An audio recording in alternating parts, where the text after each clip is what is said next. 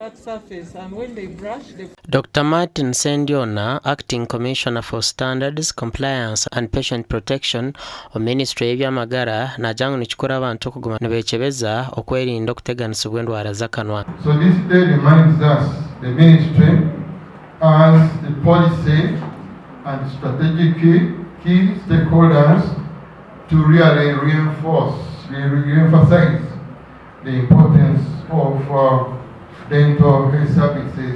when we tell people good oral health is good for general health, it rings a bigger bell than stating it otherwise.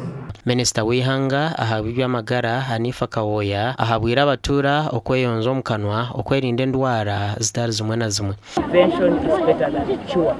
We must prevent. There is no reason why one person, anyone can have decayed teeth.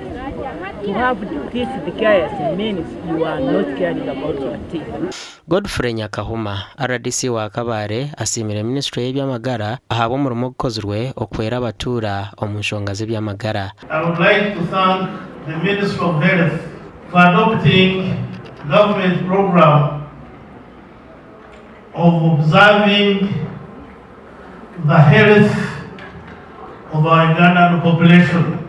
Okuchondoza nukuorekangwa endwara z'amaino neziteganisa munonga abaana bato okukira abakuru. Gasha kwa Job na Manyapuli.